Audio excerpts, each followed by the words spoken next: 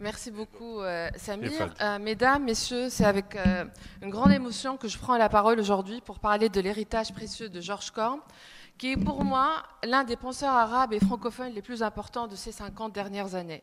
Économiste, historien, politiste, Georges Corn occupe une place à part dans le monde arabe. Il fait partie de ces intellectuels inclassables. Inclassables par l'originalité de l'entreprise intellectuelle qu'il a initiée et aussi par la passion, ça a été rappelé par d'autres interlocuteurs, d'autres intervenants, par la passion qui a animé tout son parcours intellectuel et politique.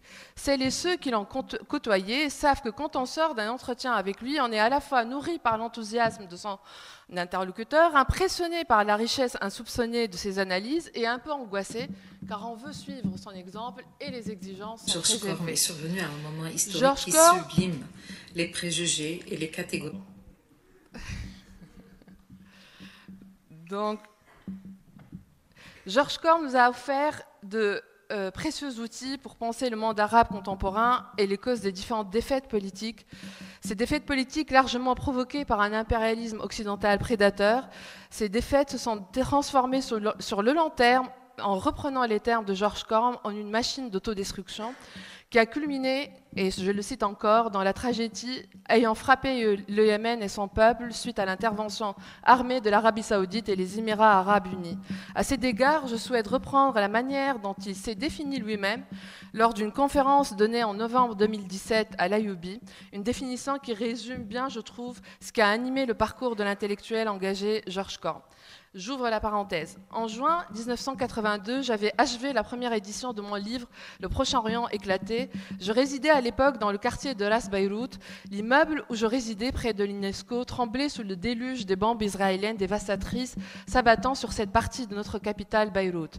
À ce moment-là, j'avais ressenti que l'invasion israélienne de la capitale libanaise, capitale de la littérature et de la culture pour tous les Arabes, marquait le début de la désintégration des sociétés arabes et de leur régime politique. Peut-être accorderait-il plus d'attention à la Coupe du Monde de football qui se tenait au même moment, je me rappelle, la victoire de l'équipe algérienne sur l'équipe allemande, un événement qui suscita une grande euphorie, au point que même dans le quartier de Beyrouth où je résidais, il y avait les feux d'artifice et des explosions de joie partout. En entendant les coups de feu, j'avais naïvement pensé que les organisations armées libanaises et palestiniennes avaient réussi à repousser l'attaque de l'armée israélienne sur la partie occidentale de Beyrouth.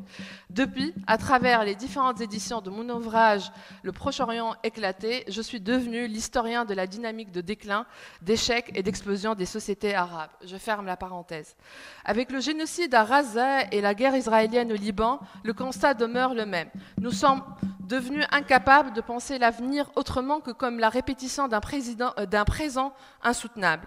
Contre une telle paralysie intellectuelle et politique, l'œuvre de Georges Corn, et malgré ce qu'il en dit lui-même, est un manifeste de résistance, un manifeste de salut, un manifeste d'autodéfense intellectuelle et politique contre les lectures manichéennes et stéréotypées de l'histoire du monde arabe et aussi de ses relations avec l'Europe et les États-Unis. Qu'il s'agisse de ces descriptions minutieuses des violences répétées de l'impérialisme occidental dans le monde arabe, et là, il insiste sur les guerres, mais aussi sur la dette et sur les réformes économiques utilisées par les institutions internationales et qui sont aussi un levier qui a permis et qui a accéléré la fragmentation des États arabes, de l'entreprise systématique de la confiscation de toute mouvance souverainiste issue des différentes formes de nationalisme arabe socialisant, ou encore sa réhabilitation fortement documentée de la part d'ombre d'une Europe ou d'un Occident qui s'est raconté comme un lieu privilégié, homogène, d'émergence du règne de la raison et de l'humanisme universel. Il y a des constantes et une injonction dans l'œuvre de Georges Corn. Je vais commencer par la première constante. La première constante est celle de redonner un sens à l'histoire avec un double mouvement de déplacement entre les deux rives de la Méditerranée. Il n'a cessé de nous inviter tout au long de sa carrière intellectuelle et politique à l'absolue nécessité d'historiciser et de contextualiser. Comprendre une société passe par l'exploration de l'histoire, de la langue, des imaginaires, des mythes qui se sont sédimentés pour fabriquer sa grammaire. Décrypter cette grammaire est la seule condition pour aiguiser les moyens de lutte intellectuelle indispensables à la quête de la libération des peuples de la région.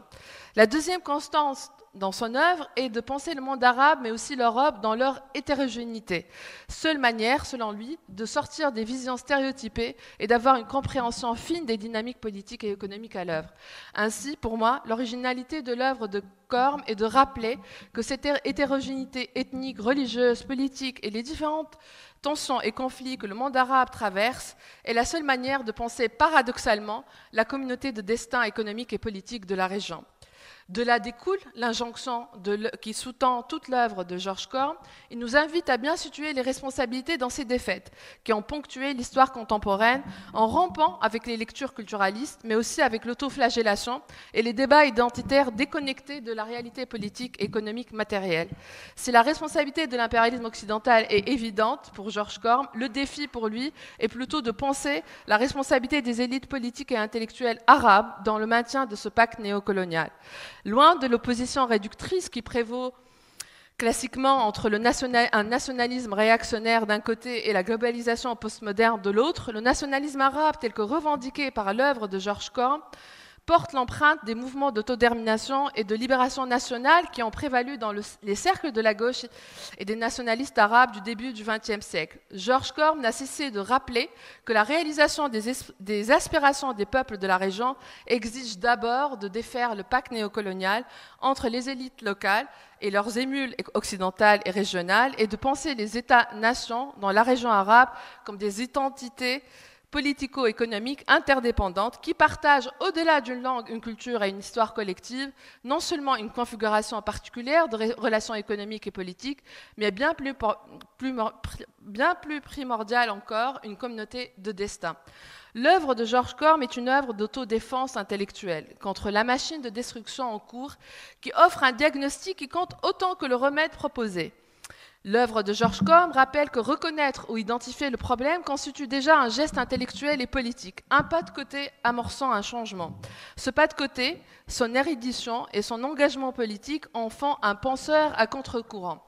Georges Corme est à contre-courant quand il dénonce la confiscation de la question sociale et économique par les débats identitaires au moment des révolutions arabes, ou quand il affirme, contrairement à plusieurs intellectuels arabes, que pour rattraper son retard de développement, un pays a besoin d'un fort dirigisme et qu'une théorie des droits humains, toute seule, ne peut rien apporter à cette question. Il est à contre-courant quand il affirme, contrairement à plein d'économistes, que la démocratie est la fin du processus de développement et non pas son début.